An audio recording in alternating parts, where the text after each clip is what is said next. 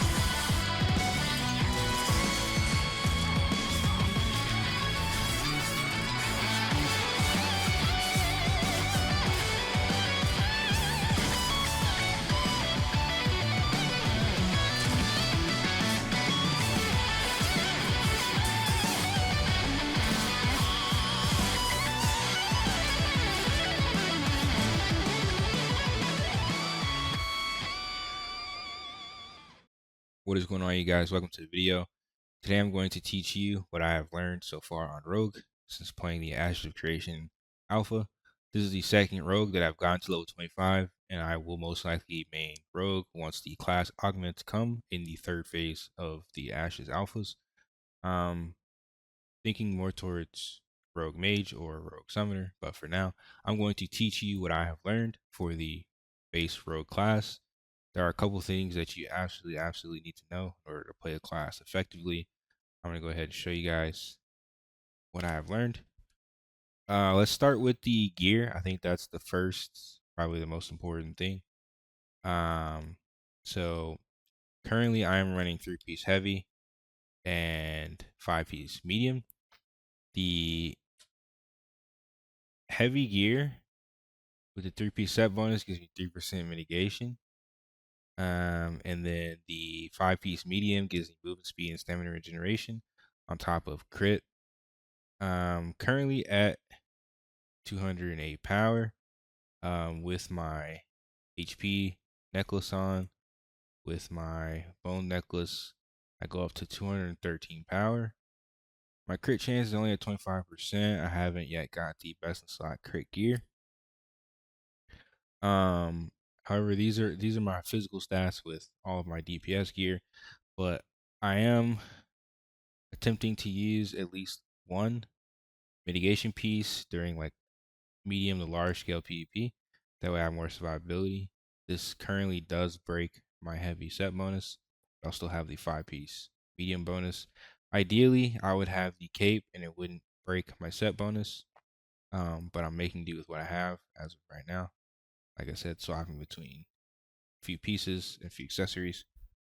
As of right now, I am using the mace and shield for the critical power as well as the physical power in order to raise my power. Both of these weapons are adding physical power plus critical power. It's really good. However, my best in slot would be Bloomthorn daggers. I just haven't been able to obtain them yet. And then we have Glittering Spall rings. I want to get 2 of these rings. However, for now, I'm using the Iron Ring. It does have a little bit of HP, so it's not bad. It's just the Glittering Spall does add a bit more damage. You can get your HP from other areas. I honestly would want a Grizzler's necklace, but it's fine. Using Lumidons and bone for now. And then Lumidon earrings for sure. But it's fine using bone to start with. Once dead cape. So yeah. With my Iron Ring gauntlets, I'm getting 31% mitigation, 25% magical mitigation. If I were to use 2 pieces, I'd go up to 34% and 37%. But typically, I just run my DPS gear, which is low mitigation. It's just for those large scale fights. Rogue is pretty squishy, so it does help to have some defensive gear that you can swap out. Doesn't help, like it doesn't hurt that bad losing a little bit of power.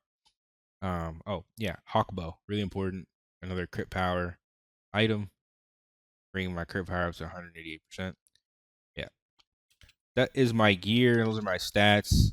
For the build, I typically like to run mana drain, drain poison, all time, zap for the heal. Sleep dart is essentially like your number one CC for PvP. You can just completely take a target out of the fight if you're able to keep them slept. Throw with the extra damage is really nice. Sometimes you can add the extra sleep duration that procs off of the bleed of throw. Thrash and flurry. This is a really good combo if you can alternate these skills. Each flurry hit will reset the thrash hit, allowing you to get like a 6-hit combo off. It's really good for resetting and getting finishers off of your normal attacks. We're using feint, lacerate. Lacerate's really good for AoE once you have advantage, and you can gain advantage upon stealth. Acrobatic strike. If your target is facing you when you use this, you also gain advantage. There's a lot of ways to gain advantage, but the best skills to use while having advantage is usually either lacerate for AoE, or it's going to be technically you could use double strike after using stab or backstab. Backstab is only when behind the target, but after you backstab, you can double strike to backstab again. And with advantage, this does do a lot of damage, a really good amount of damage. And it exposes them, and that exposure allows them to take 25% more damage from all debuffs, meaning your bleeds will do more damage. So Rogue is a very good class when utilized correctly with its bleeds and its advantage because it does a lot of damage over time. Especially when you use Shadow Cascade, which also adds in necrotic damage, bleeding damage.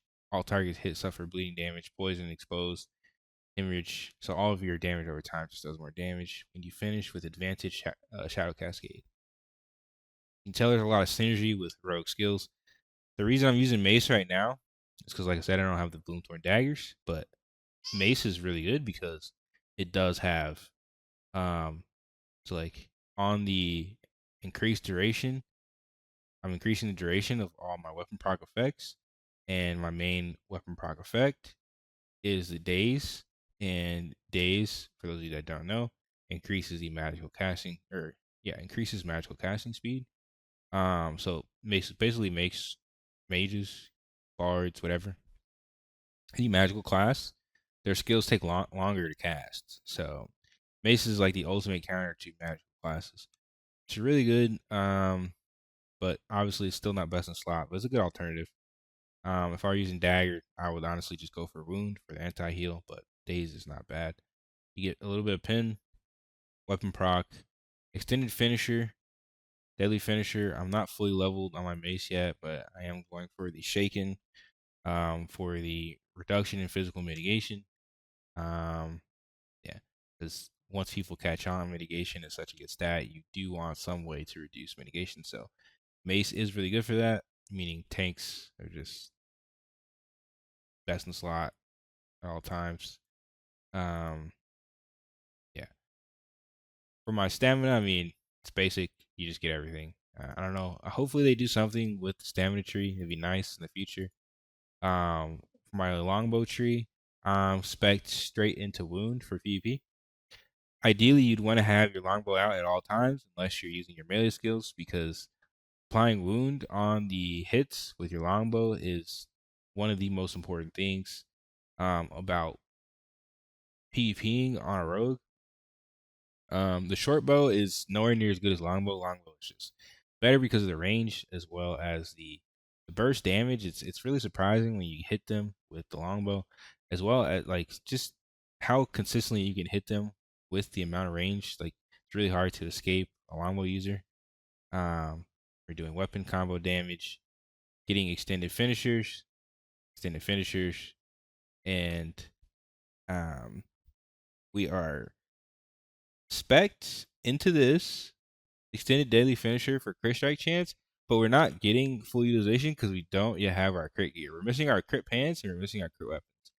But so I'm going to show you guys pretty quickly. I'm going to show you the ideal gear that you would have. It would be closer to this. It would be like Bloomthorn Blades, Hawk Bow, Glittering Spall, Lumadon, Grizzler's Tooth Necklace.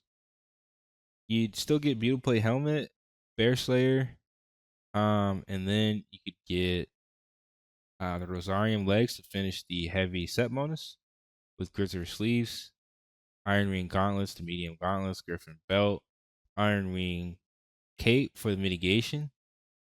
You see I'm stacking HP, mitigation, so this has a bit of survivability along with the physical power on the chest, physical power on the gloves, physical power on the belt, physical power on the shoulders. So I'm just stacking a lot of physical power along with the weapon giving me crit and crit power. Crit is always better than crit power. However, it's really hard to get crit. But yeah, if you can get these daggers, they're so good. They would be best in slot for sure. This would be like our ideal build. You can still use this build with Iron Rings. Iron Rings do have the HP, so it's really good. Honestly, can't beat that sometimes. But yeah, this is a rogue setup, you guys. Now for combos and setups, if you look at my hotkeys, my bar, you can kind of see how the synergy for my skills go. Like if I trip someone or I kick, knock them down, essentially I do want to caltrops, so that's why they're on the same hotkey. My Draining Poison and my Adrenaline are my favorite buffs. I'll typically, to fully buff, I'll usually use both of these if I'm going to engage a fight. That way I have the movement speed and I can drain mana, especially if I'm engaging like a cleric or a healer. I can stealth after fully buffing, or I could also smoke bomb into stealth. If I'm ever hit with too many magic skills, I'll Umbral Cloak before I stealth. That way I can cleanse myself.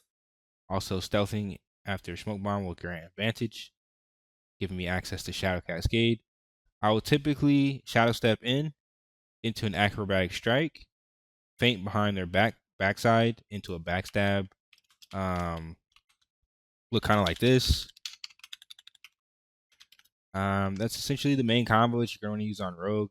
It's Shadow Step, Acrobatic Strike, feint to their backside, backstab. Your backstab will reset your feint, and you can feint again into another backstab. If you're on a PvP target after your first Shadow Cascade, Acrobatic Strike, feint, backstab, essentially they'll be standing up, and you can kick them back down into a Caltrops, into another feint backstab, because the feint resets off each backstab, and you can finish with a sap in order to keep yourself healthy if you're getting attacked or if you're low HP, whatever. But that is essentially your main combo on Rogue. Like I said, smoke bombing in a stealth is really important because if you're within range, even if you're close to someone, you can stealth and go untargetable. If you get out of vision or out of sight of someone, you could always stealth naturally. I think it's really important.